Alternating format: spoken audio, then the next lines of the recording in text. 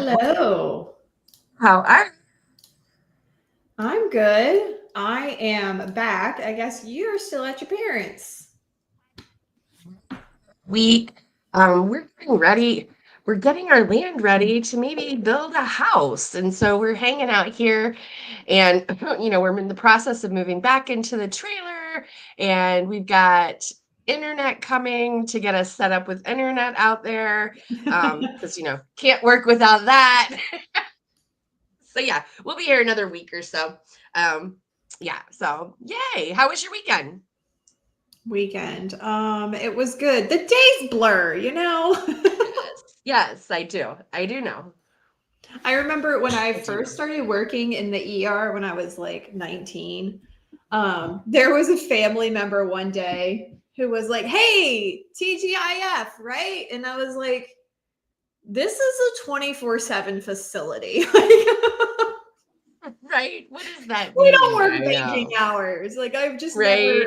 I've always had a job where if anything, the weekend is like tougher and more busy. Anyways. Right. I love it. I love it. Well, I'm excited to be here today. It's another week. I had a great restful week, and I hope everybody else did too. Whether it was the weekend or not, hopefully you got to rest and recharge your batteries, right? In some way, shape, or form. Some capacity. Kayla, I know, right? In some capacity for sure. So, Kayla, why don't you kick us off? Tell us what we're talking about today. So today is all about perspective and empathy. And our quote comes to us from Mohsin Hamid, who is a British Pakistani author. And it is empathy is about finding echoes of another person in yourself. Mm, I like that. I think that's a very eloquent way to say that. Yeah, Because one of I the gotta be honest, it took me a minute to like chew on it. A lot of her quotes, like I read them and immediately I'm just like, oh yes, I love that. This one I read and I was like, echoes. I don't love that. But I do get the sense of it. yes, yeah. And I think so. One of the things that I wrote down, actually the top thing that I wrote down to talk about was that empathy isn't just listening. I think a lot of times we associate empathy with listening to people, but it's the next layer, right? It's that not just listening, but actually feeling with Mhm. them and sitting in their feelings. Um, it's being present enough to hear behind the words and to feel the emotion behind whatever it is that they're saying. And I think for me, I think this is one of the true gifts of advocacy, because I think that most of us have come into this work because we do this, Mhm. right? And I don't know about you, but I don't always know how to not do that. Yeah. Right? Like it's like empathy, I think for me is pretty deep. And I don't want to speak for everybody, but I would be really surprised if there weren't a lot of us that have this tendency to take things to this feeling of empathy where we're actually in the emotions of the conversation, of the situation, of all of this. What is your take on that? Yeah, I think you're probably right. I do think that in this space, we probably all gravitate towards having that natural inclination for empathy. But I do just want to kind of dissect what you said a little bit because like I identify as somebody who it's actually, I take it, it's a little bit of a challenge for me to try to like break down and explain empathy because it is one of those things that is just such a kind of natural, intuitive, hardwired process for me. I more identify with it as the concept of being able to like step into that person's shoes. Like I almost Mm, immediately kind of think like what it would be like to be in that situation, in that position. I do that so much to the extent that like it's funny. My husband laughs at me, and my son is just like me, but we'll like watch movies or video games, and we are like in it, like we're Yeah. seeing it as if ourselves. Um, but I do want to draw a distinction, because you also there's a difference between being able to imagine yourself in that situation and then kind of think about what it might be like to be trying to, navigate that, versus actually taking those feelings on in your body. And I think that Mm. that distinction is what's really important in our work, given that if we're working under the assumption that most of us probably have that natural inclination for empathy. Because I think when we take on those feelings as our own internally, that's when we put ourselves kind of in hot water, and we Mm. start to dilute the impact that we can have on the client, because you can really lose yourself there, and emotional burnout is a whole real thing. It's a real thing. Yeah, absolutely. Absolutely. I think that's important, the distinction that you just made in regards to that. Because it can get us in trouble. And I also think, ooh, what a double-edged sword for a superpower, right? This moment of being able to do it and then identifying, you know, how much we want to carry of that emotion. But I do think it gives us a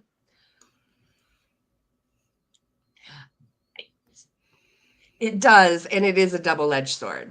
That's all there is to it. Because I think about all of the times that it causes us to be on the phone for 2 hours instead of 25 Mm-hmm. minutes, and, all of those things. I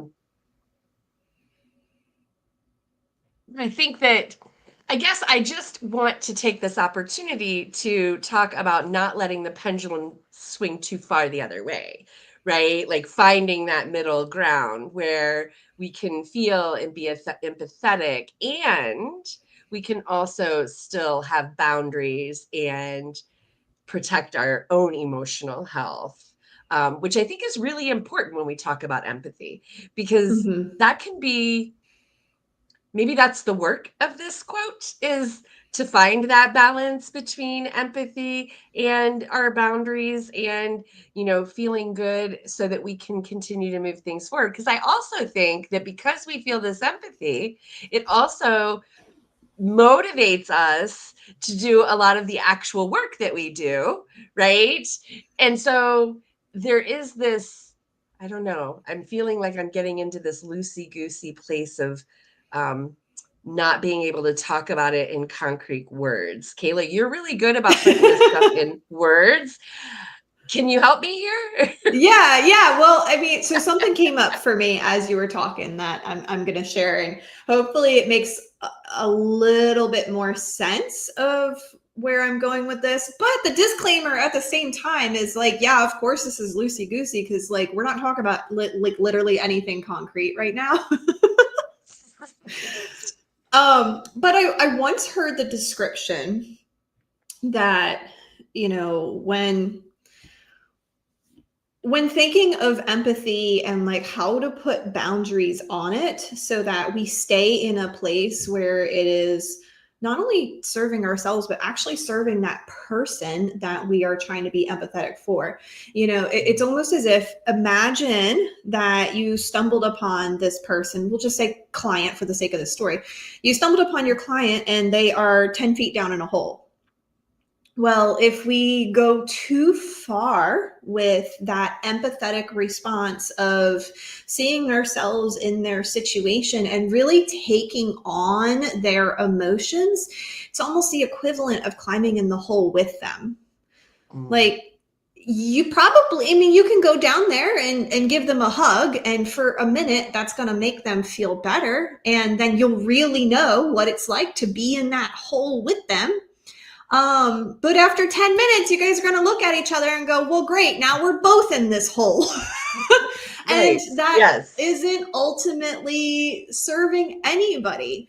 And so, what we really need to do is not to climb in the hole and give them a hug, which is almost kind of like the immediate reaction, right? But we need to find a ladder that we can drop down. We see where we are, where they are, and figure out a way to meet them there without that self sacrifice. And truly seeing them where they are and being able to build that ladder to help pull them out is going to serve them and protect yourself a lot more than climbing in the hole. I love that. Thank you. Yes, that's exactly what I was looking for there. Because that is the balance. That is the balance, Now, right? if And only I it was think as simple as holes and ladders. right, exactly. But I also think that this is where your community comes in too, right? I mean, because if again, we're not alone in trying to identify the ladder per se, for lack of a better term, but we're not alone in either building the ladder or locating the ladder or moving the ladder and getting it positioned correctly and all of the things. We have each other, right? And that's what I love about the community is that we can reach into each other's resources and say, hey, Kayla, I need a 10-foot ladder. I only have a 7-foot ladder. Do you have a 10-foot ladder that I can borrow? And are you willing to come over and help me do this? And like I said, I think that finding that balance really is the superpower that we bring to our clients, their families, and the situations that they're in, because we at least have a toolbox.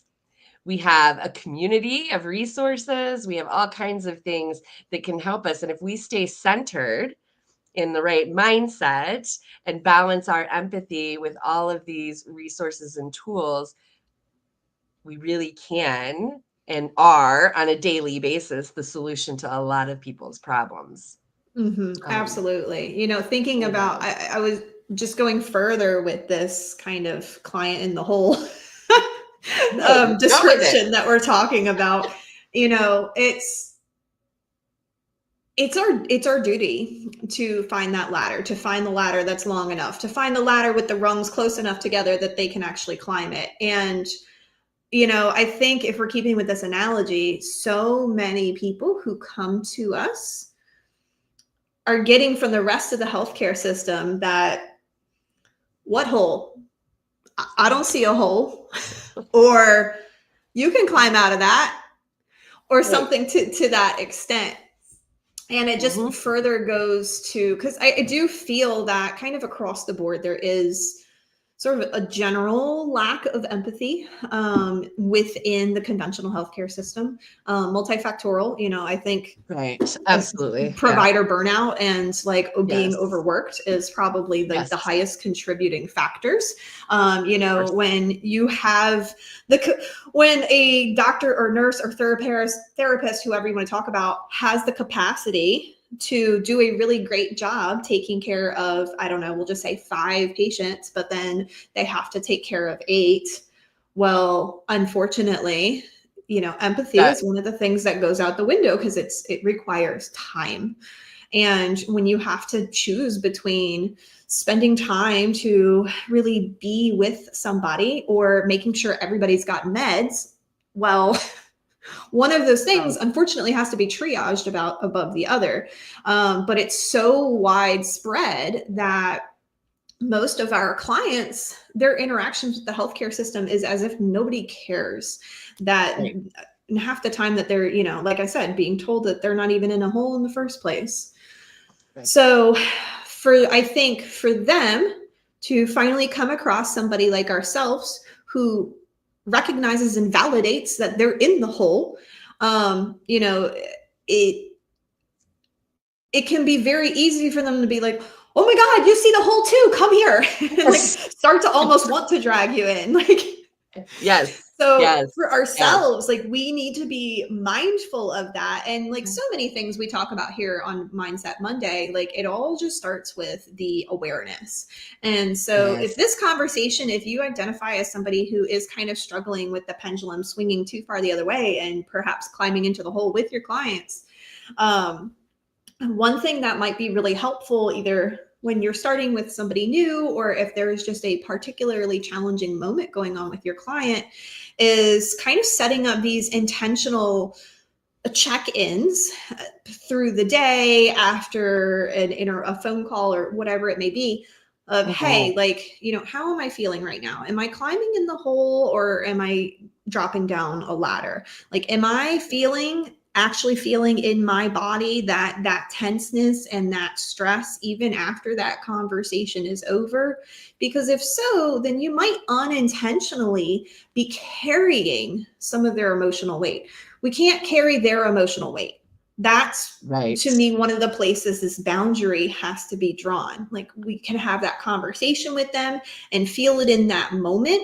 But for me, when that phone is hung up or you walk through that door or you're done the appointment and you're finally back in your car, like that's the time it has to stop right there. Like, you have to be able to let it go.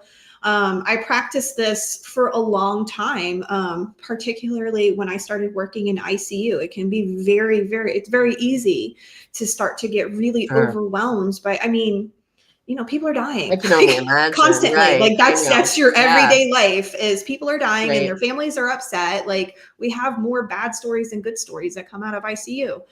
Um, and so that's when I started having to really identify and get intentional about, like, how do I separate myself from this so that, like, I'm not just so completely depleted that I can't carry on? And Right. so that was a thing for me, like leaving the unit at the end of the day, like I would remind myself, like, I'm so sorry that that's all the things that those people, are going through, that those families are going through, the patients themselves. And I'm so grateful that that's not mine to carry forward, and that I served them in the best capacity that I could. And now this stays here.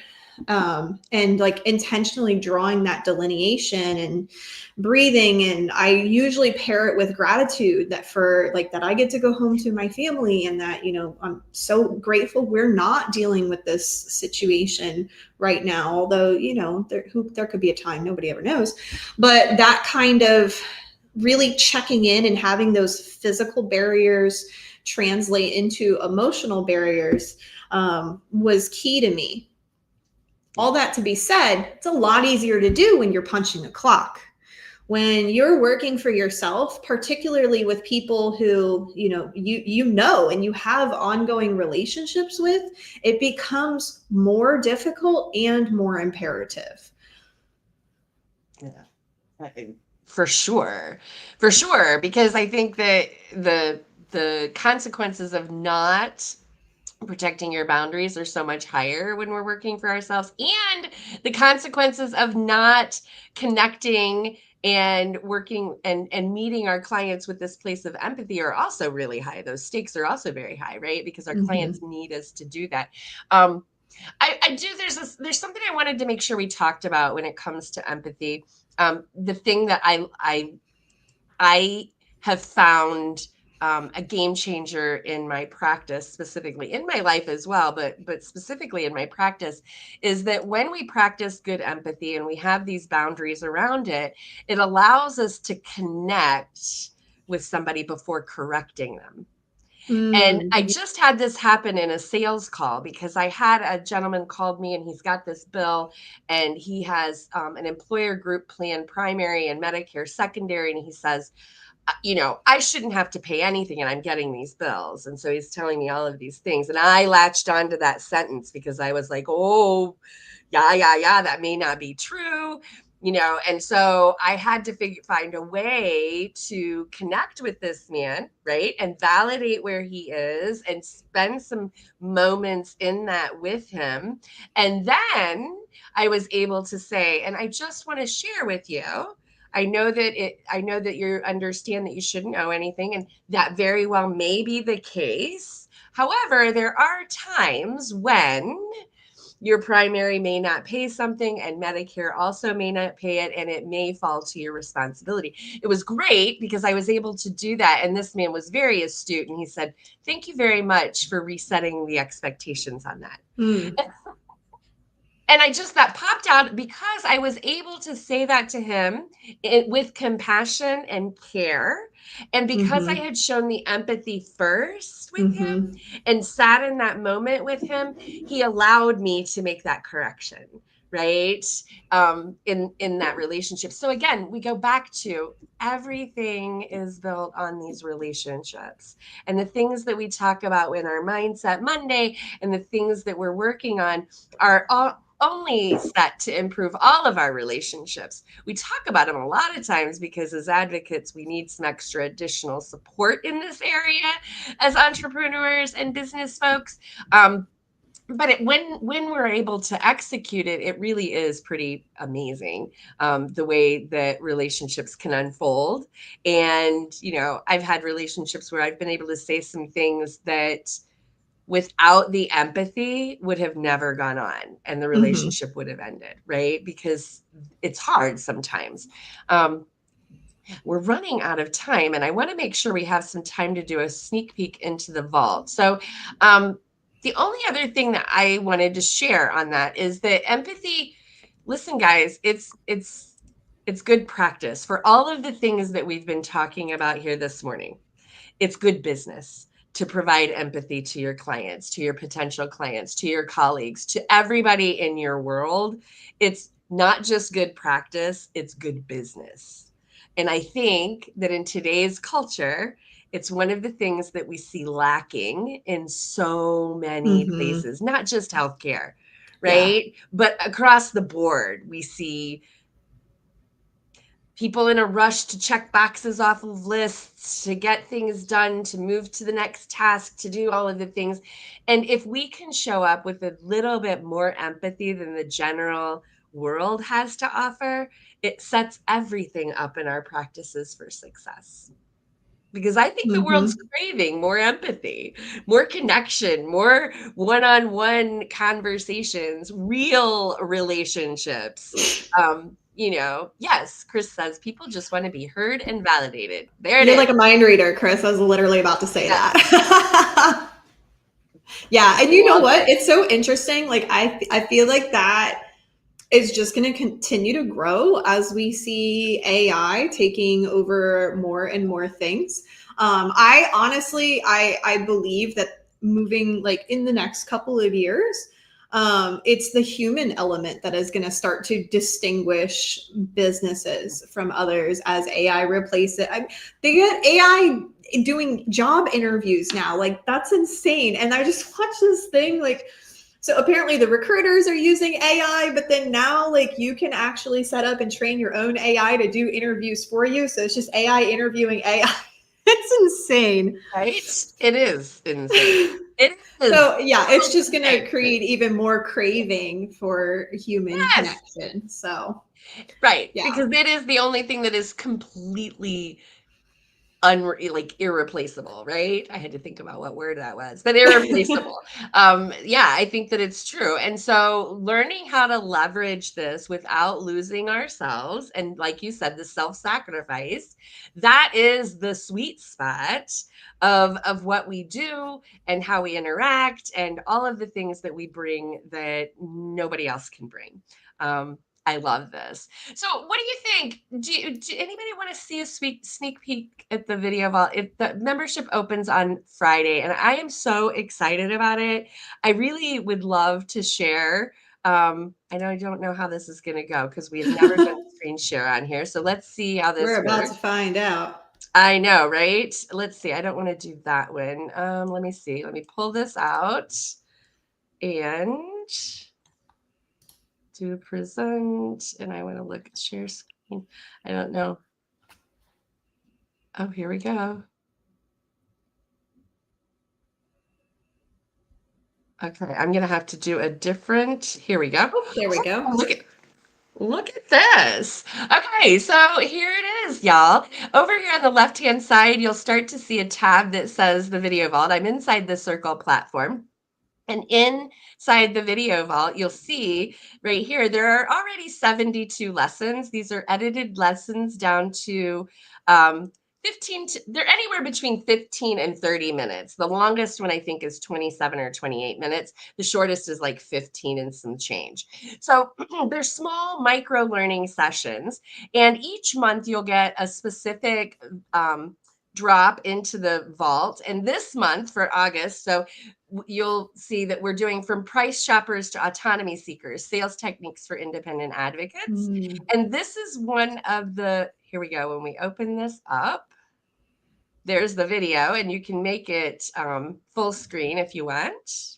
Today we are going to be talking. I didn't mean to do that, but we can do that. You can watch the video full screen, but here's the kicker. You can see this one's 29 minutes. Here are the resources that go along with this. So there's Ooh, the look at independent that. sales script framework, complete conversation templates. So if you're struggling with how to position your independence in your sales process, you click this and you get the entire script, the framework, how to open it, the actual words, the positioning response. If they mention hospital advocates, how you can talk about that, a list of all of the things, how to handle free versus paid objections. So if somebody says to you, why should I pay you when I can get help for free? There's a response template, things for you to say. Beyond you get what you pay for. Right, beyond, right, exactly. A little bit more finesse behind that, Yeah.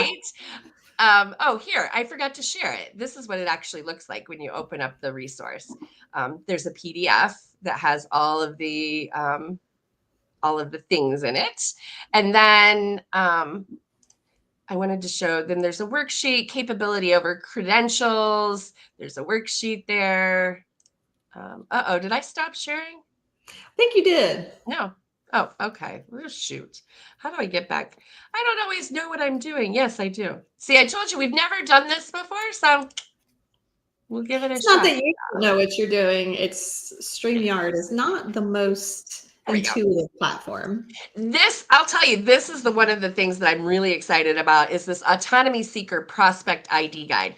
This is, remember we talked a couple of weeks ago, we talked about how to identify someone who's just shopping based on price versus somebody who's shopping for true value, which is who we're looking for.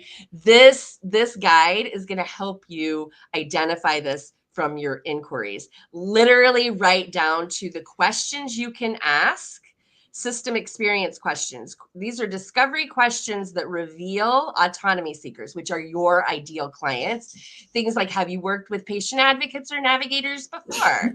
How did you approach important decisions? What specific outcome are you hoping to achieve? These are going to help you identify people who are literally ready to pay for your services.